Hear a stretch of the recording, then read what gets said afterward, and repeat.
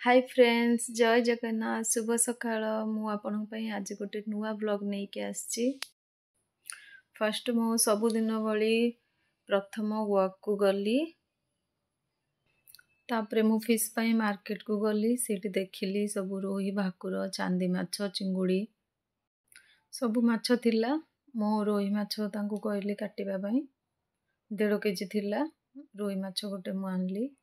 देखंतु केते सुंदर काटुचंदी से माउसी मु केबे गले तांकोटू ही माछ आणे।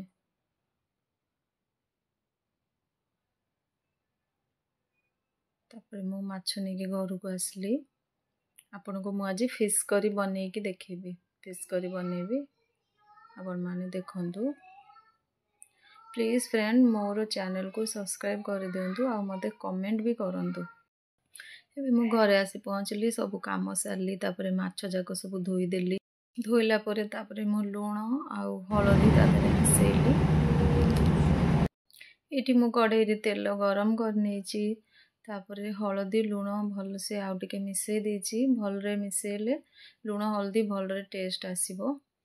एबे मु भल रे तेल गरम करी माछ गोटे गोटे करी सब पीस जाको भल से फ्राई करची। सब माछ पकेची एटी गोटे साइड भाजी जाइची तापरे मु माछ को उल्टेची।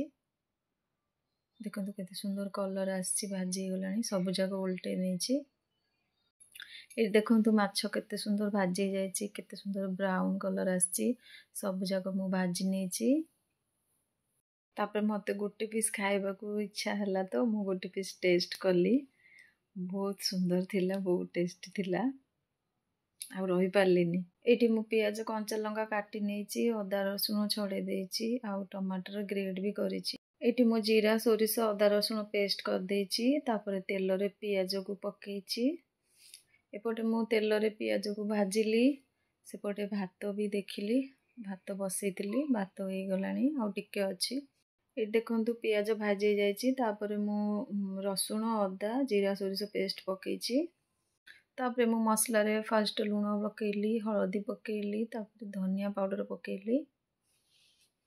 जेहेतु मु सुखिला लंका बाटी थिली सेत पई मिर्ची पाउडर पकेनी। तापरे मु मसला टा भल रे भाजी नेली काहे कि ना टिके मसला न कसिले मसला गंध आसीबो।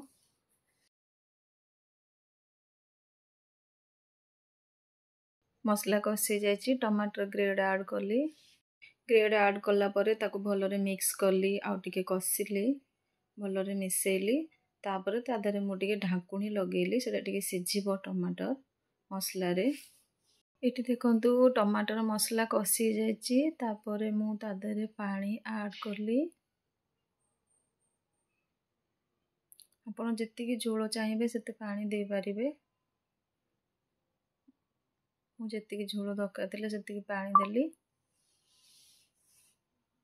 तापरे मु तादरे ढाकुणी देई सेटा फुटीबा पई छाडी देइची।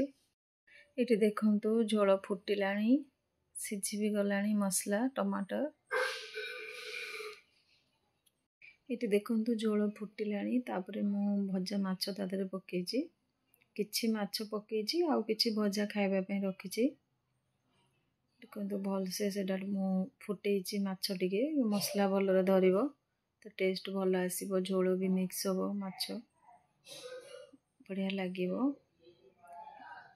एटी देखंतु केते सुंदर तरकारी हे जाइची आपनको पसंद आछी तो।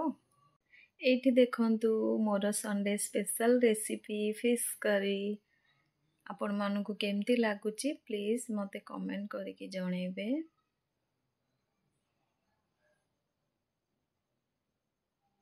ओके फ्रेंड मो ब्लॉग को देखिथिबारु आपनको अनेक अनेक अनेक धन्यवाद। प्लीज मते सब्सक्राइब करंतु। Okay bye friend bye.